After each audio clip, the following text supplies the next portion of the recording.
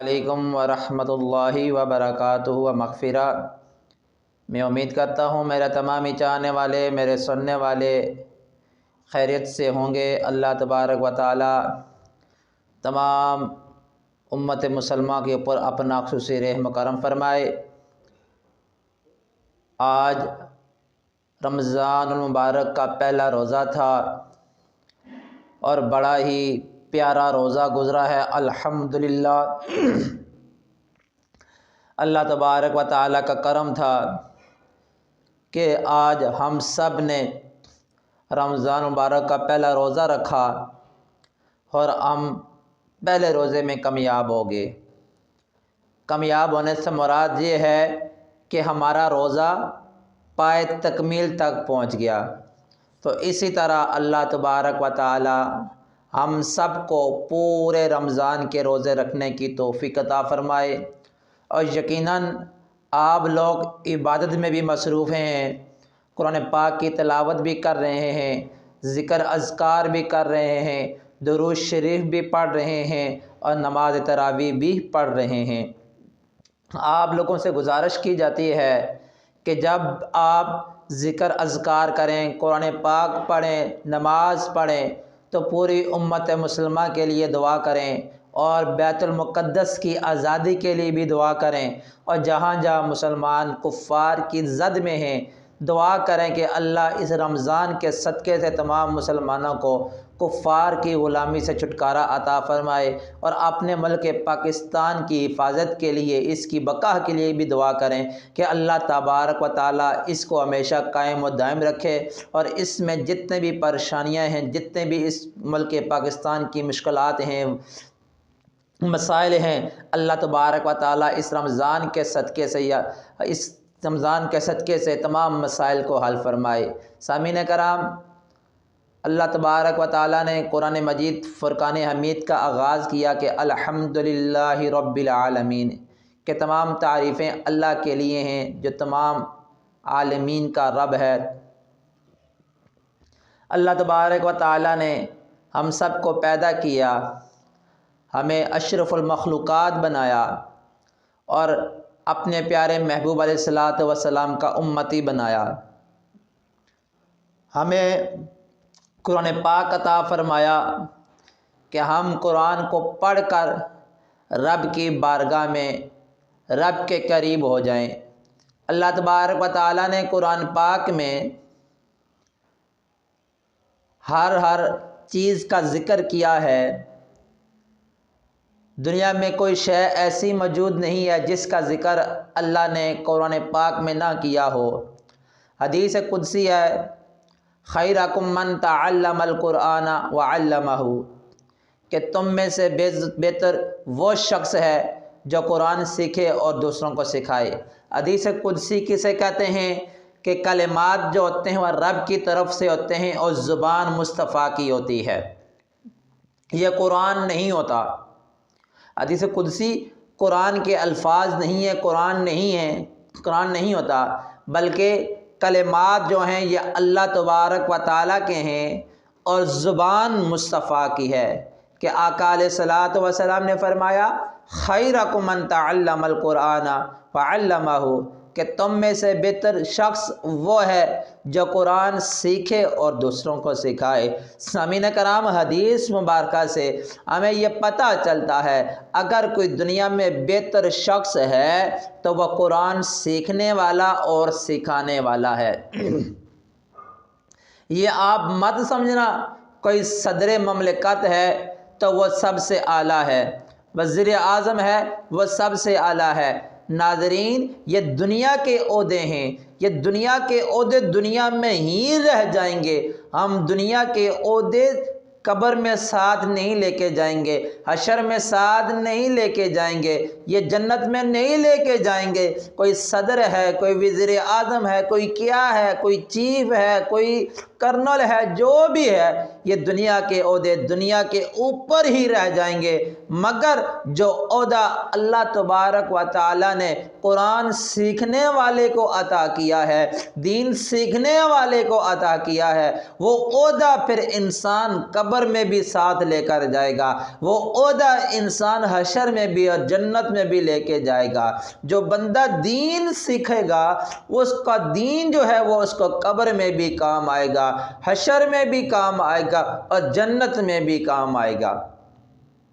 اگر ہم قرآن کے ساتھ دل لگی کریں گے، ہم قرآن کے ساتھ یاری لگائیں گے، ہم قرآن کو اپنا ساتھی جب سمجھیں گے، قرآن ایک بہترین ساتھی ہے۔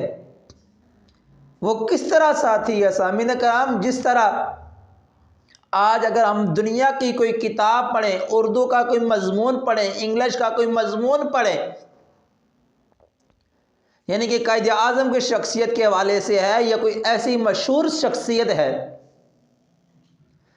اس کے حوالے سے اگر وہ اردو میں ہے یا انگلش میں ہے، تو اگر ہم جب اس کی سیرت پڑھتے ہیں تو ہمیں یہ محسوس ہوتا ہے کہ ہم اس دور میں ہیں، یعنی کہ اس طرح محسوسات ہو رہا ہوتا ہے۔ مگر قرآن جو ہے یہ بہترین ساتھی کس طرح ہے کہ جب ہم الحمدللہ رب العالمین الرحمن الرحیم مالک یوم الدین ایاک نعبد و ایاک نستعین، کہ ہم تیری ہی عبادت کرتے ہیں اور تجھ ہی سے مدد مانگتے ہیں، تو ہم جب قرآن کو پڑھتے جاتے ہیں توجہ کے ساتھ، غور و فکر کے ساتھ جب ہم قرآن کو پڑھتے جاتے ہیں تو ہمیں محسوس یہ ہوتا ہے کوئی ہم سے باتیں کر رہا ہے۔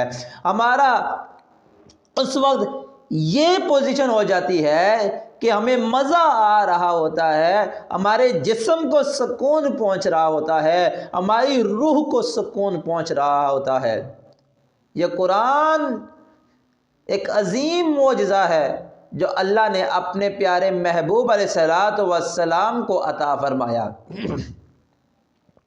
آج ہم قرآن سے دوری پر ہیں، آج ہم قرآن نہیں سیکھتے، قرآن کی طرف نہیں آتے، قرآن ہمیں پڑھنا نہیں آتا، مگر ہمارے پاس دنیا کی اعلیٰ سے اعلیٰ تعلیم ہمارے پاس موجود ہے، مگر جب قرآن پڑھنے کی باری آ جاتی ہے تو اس وقت ہمیں قرآن پڑھنا نہیں آتا۔ سامعین کرام، وہ کتنا بد نصیب ہے شخص کہ جس کو قرآن پڑھنا نہیں آتا۔ یہ ایک عظیم کتاب ہے دنیا کی کہ اس میں پوری کائنات کا علم ہے، پوری کائنات اس میں سمائی ہوئی ہے۔